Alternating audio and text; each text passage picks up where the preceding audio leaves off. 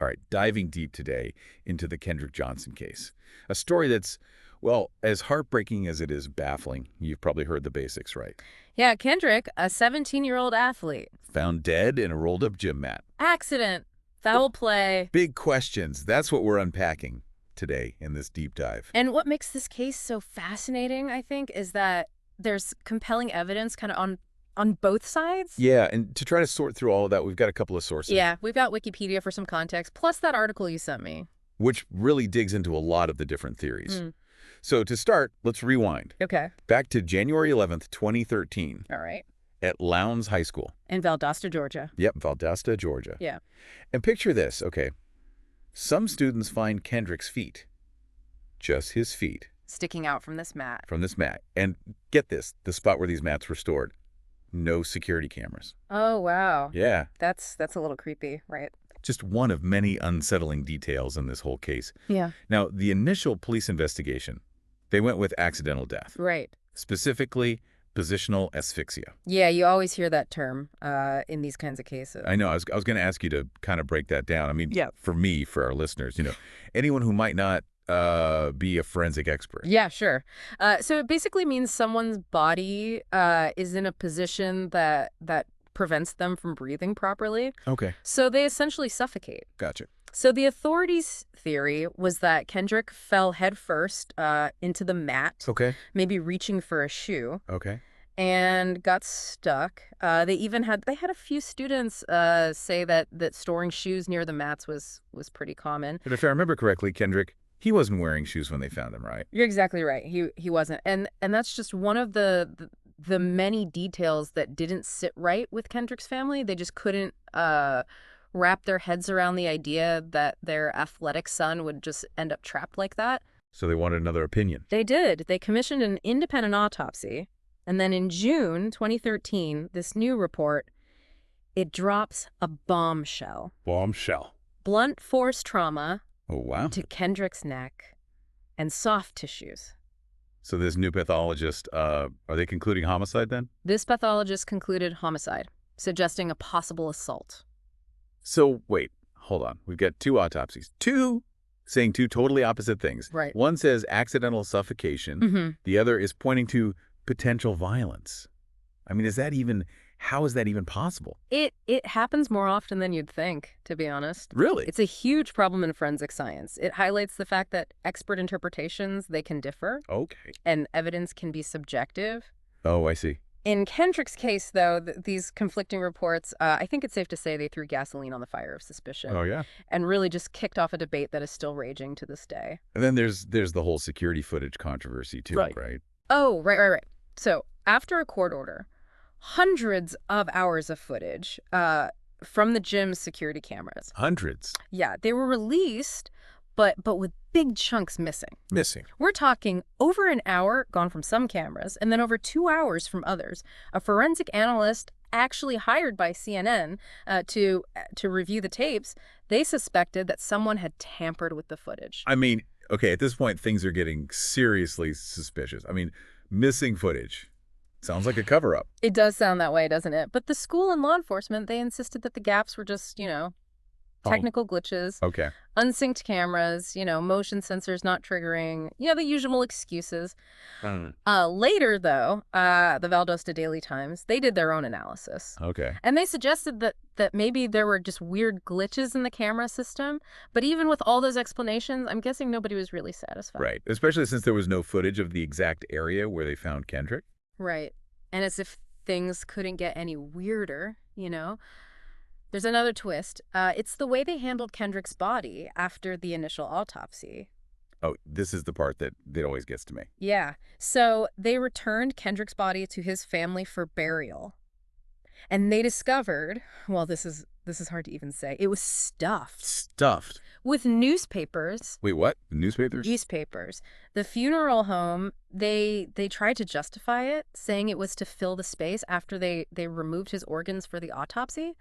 But they claimed the organs had deteriorated and had been discarded. Discarded. Seriously. Yeah. I mean, this just adds, like, insult to injury. The whole thing was incredibly disrespectful and just sparked a lot of outrage. It makes you question, the competence and the sensitivity of everyone involved. The family, they filed a lawsuit against the funeral home, Okay. but in the end, it didn't really go anywhere.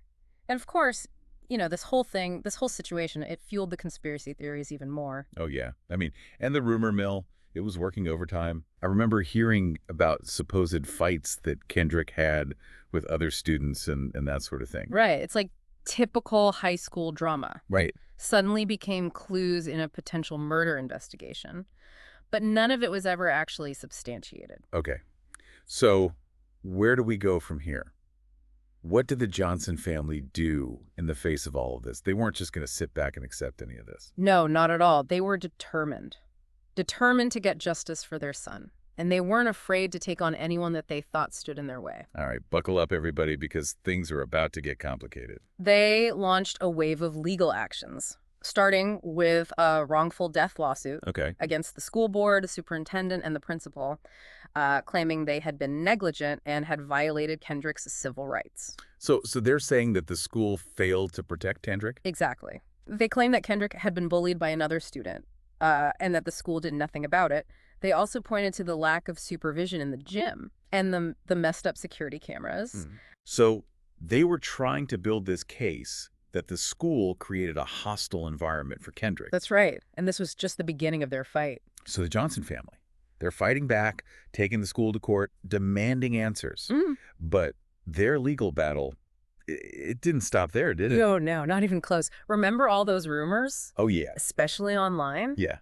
Well, those actually played a role in their next legal target, Ebony Magazine. Ebony Magazine, what did they have to do with all of this? I'm missing something. Well, Ebony published a series of articles that named 2 students as possible suspects in Kendrick's death. Oh, wow. They were citing an anonymous email they'd received. Okay. And while they used fake names, they included enough details that people could figure out who they were talking about. And one of those details was that the father of these students was an FBI agent? Exactly. And the Johnson family, they were furious. They argued that Ebony had been totally irresponsible and had caused serious damage to these kids' reputations. I mean, imagine being a teenager, and then suddenly you're accused in a national magazine of being involved in a classmate's death. Yeah, it's awful. I mean, it makes you wonder if the magazine was more interested in a sensational story, you know, than in the actual facts. And so the Johnson family sued them. They did, for $5 million. $5 million. They were determined to protect not only Kendrick's memory, but also the reputations of anyone they believed was being wrongly accused. And this was all happening, remember, while their wrongful death lawsuit against the school was still ongoing. So a real legal whirlwind. Yeah. But they weren't done yet, were they? Nope. There was that massive $100 million lawsuit. Oh, yeah, that was a bombshell. In 2015, they filed this huge lawsuit naming 38 people. 38? 38 people, Okay. including classmates of Kendrick's, local officials, law enforcement, even an FBI agent. Wow, 38 people. I mean, that's like the entire population of a small town. I know. And this lawsuit was based on the idea that Kendrick's death, it wasn't an accident at all, but a planned and executed murder. Oh, wow. That was then covered up by a huge, massive conspiracy. And they were specifically alleging that the FBI agent named in the suit had actually ordered his 2 sons and a classmate to attack Kendrick. Okay. And we're talking about the same FBI agent whose sons were mentioned in those Ebony The articles. same one, yeah. So this lawsuit, it really threw a wrench into things. But all this time, there were also official investigations going on, right? Right. Weren't the FBI and the Department of Justice looking into the case? Yeah. The case was getting so much attention, especially online. So the FBI and DOJ, they launched their own investigations in 2014. Okay. There was this hope that a federal investigation with, maybe more resources, maybe less bias, Right. would finally uncover the truth. It's incredible how much social media really played a role in keeping this case in the spotlight. It's true. The Kendrick Johnson case, it became a real rallying cry on platforms like Twitter, Yeah. with hashtags like #JusticeForKendrick going totally viral. It gave the family a platform and really put pressure on the authorities to take the case seriously. And did that federal investigation actually lead to any concrete answers? Sadly, no. After 2 years, the DOJ, they announced that they didn't have enough evidence to file any charges. Imagine the heartbreak for the Johnson family. Right. I mean, they had put so much faith into this federal investigation, Right.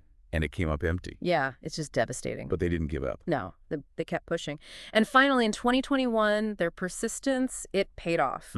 Lowndes County Sheriff Ashley Polk, he announced that he was reopening the investigation. Wow. So nearly 8 years after Kendrick's death, the case was being looked at again. It was a big win for the family and all those who had been fighting for justice. But let's not forget that $100 million lawsuit they had filed. Oh. Remember? The one alleging the huge conspiracy. Yeah. What happened with that? Well, just as that lawsuit was getting ready to go to trial, the Department of Justice, they stepped in. Oh, wow.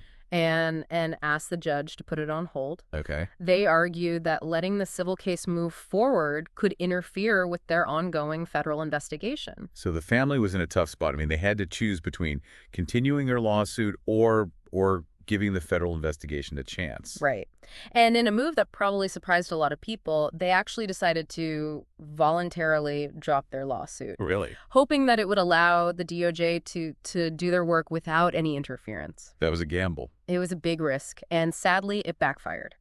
After they dismissed their lawsuit, some of the people that they had accused, including the two brothers who were alleged to have attacked Kendrick, they actually countersued the Johnson family and their lawyer. Wait, they countersued? What were their grounds for doing that?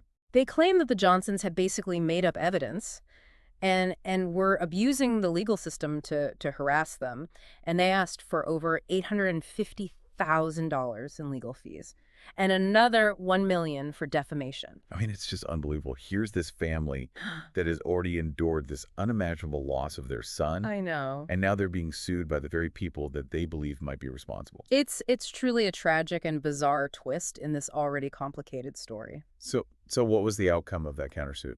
Well, a Georgia judge, he ruled in favor of the defendants in 2017, Okay. ordering the Johnson family and their lawyer to pay over $292,000 in legal fees. So on top of their grief and frustration, they were now hit with a huge financial burden. Yeah, it's heartbreaking. But even with these setbacks, Yeah. their determination to find answers for their son, it never wavered. So with the case reopened in 2021, was there finally a breakthrough? Did Sheriff Polk's investigation uncover anything new? Unfortunately, no. In January 2022, he announced that he had finished his investigation and found no evidence of homicide, cover-up, or any conspiracy.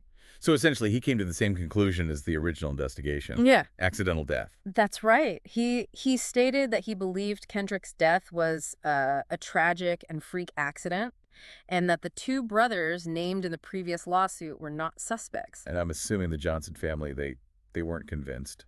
You're right. Kendrick's father, he publicly questioned how thorough the investigation had really been, suggesting that maybe Sheriff Polk hadn't looked at all the evidence.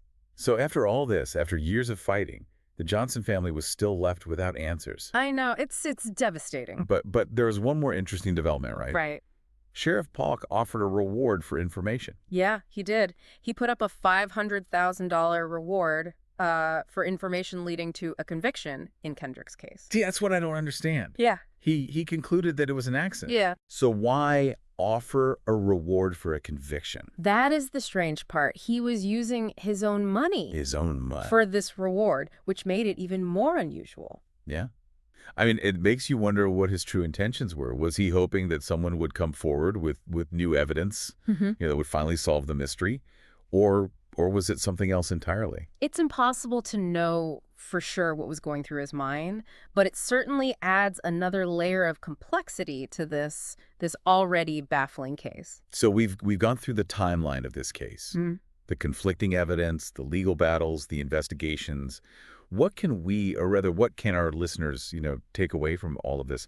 I mean, I almost feel like we've been piecing together a puzzle. Yeah. But some of the most important pieces, they're just missing. Yeah. I mean, we've got these conflicting autopsies, right, vanishing security footage, a body stuffed with newspapers, and then a sheriff offering this huge reward for a conviction in a case that he says was an accident. It's mind-boggling. It is. It makes you realize just how much we rely on trust especially when it comes to investigations like this. Trust in the authorities. Right. Trust in forensic experts. Trust in the system itself.